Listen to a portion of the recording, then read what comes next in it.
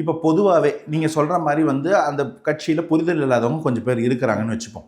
அந்த புரிதல் இல்லாதவங்க கட்சிக்குள்ளே மட்டும்தான் இந்த ஆக்டிவிட்டி பண்ணுவாங்களா? இல்லை ரோட்லேயோ பஸ்ஸுலேயோ ட்ரெயின்லேயோ இந்த பஸ் மேலே ஏறி டாப் அடிக்கிறது, ஃபுட்பால் அடிக்கிறது இதெல்லாம் பண்ணுவாங்களா? இப்போ நீங்கள் அவங்கள என்ன பண்ணுவீங்க? இந்த நாட்டை விட்டு நீக்க போகிறீங்களா? ஃபர்ஸ்ட் அண்ட் ஃபோர்மோஸ்ட்டு ஒரு அவங்க மக்கள் எவ்வளோ ஒரு ஒழுக்கத்தோடையும் தெளிவோடையும் இருக்கிறாங்கன்றதே அந்த நாட்டை வழி நடத்துகிற தலைவர்களுடைய பொறுப்பு. நம்ம இவங்களை வந்து பொறுப்பாக வளர்க்கலன்றதே ஒரு எடுத்துக்காட்டு. இத்தனை ஆண்டு காலம் ஆட்சி பண்ணுறீங்கல்ல, உங்களுக்கு ஆட்சியில் என்ன லட்சத்தில் பசங்களை வளர்த்து வச்சுருக்கீங்க பாருங்கன்னு தான் நான் முதல் கேள்வி கேட்பேன். ரெண்டாவது, இன்றைக்கி காவல்துறை இல்லையா? காவல்துறையோட பிரதான வேலை என்ன? சட்டம் மற்றும் ஒழுங்காக இல்லைன்னா ஒழுங்குபடுத்துறது நம்ம வேலை. வெறும் ஹெல்மெட் போடாதவனை பார்த்து காசு பிடுங்கிறது, கார் லோ பார்க்கிங் விட்டவனை பார்த்து ஃபைன் போடுறது மட்டும் தான் நம்ம வேலையா? அப்படி தான் ஒருத்தன் பண்ணால் புடி. நீங்கள் வந்து இன்றைக்கி நம்ம எவ்வளோ தலைவர்கள், எவ்வளோ பெருந்தலைவர்களுக்கு வந்து நம்ம இன்றைக்கி வரைக்கும் வந்து நினைவேந்தல் கொண்டாடுறோம், குரு பூஜை கொண்டாடுறாங்க. அந்த இடத்துலையும் இதெல்லாம் நடக்க தான் செய்யுது.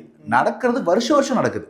இப்போ ஒரு வருஷம் நடக்கும்போது அந்த காரு, அந்த வண்டியில் ஏறி குதித்தவங்க, ரோட்டில் டிஸ்டர்ப் பண்ணவங்க எல்லாரையும் புகைப்படம் எடுத்து அந்த வண்டிகளை சீஸ் பண்ணி ஒரு வருஷம் ஸ்ட்ரிக்டாக ஆக்டிவிட்டி பண்ணோம்னா அடுத்த வருஷம் அந்த மாதிரி நடக்க வாய்ப்பு இருக்குமா?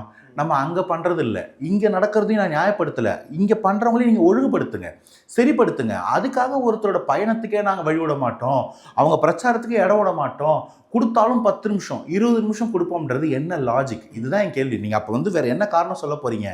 உங்களால் சரி பண்ண முடியாத நிலைமையில் இருந்தால் சரி, ஓகே, விளைவிக்கங்க. எல்லா சட்ட ஒழுங்காக ஹேண்டில் பண்ணக்கூடிய ஒருத்தர் முதல்வராக இருக்கட்டும். இப்படி தான் வந்து கலைஞர் ஐயாவோ ஜெயலலிதா அம்மாவோ வந்து காரணம் சொல்லிட்டு இருந்தாங்களா? எங்களால் இந்த சட்ட ஒழுங்கை பார்க்க முடியல, அவங்களுக்கு பர்மிஷன் கொடுக்காதீங்க, எங்களுக்கு சட்ட ஒழுங்கை பார்க்க முடியல, இவங்களுக்கு பர்மிஷன் கொடுக்காதீங்கன்னு. ஜனநாயகத்தில் பேசக்கூடிய உரிமை எல்லாருக்கும் உண்டு.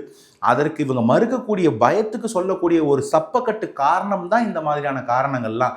10 பேர் குதிக்கிறானாங்க, இந்த 10 பேர் பிடிங்க, அரெஸ்ட் பண்ணுங்க. தாவேக்காவும் அவங்களை ஆதரிக்கல, அவனுக்கு ஒரு பயம் வரும். நீங்கள் அவனுங்களை என்கரேஜ் பண்ணி இதை காரணம் கட்டி தாவேக்காவை இழிவுபடுத்துறது எந்த வகையிலும் நியாயமாக இருக்காது.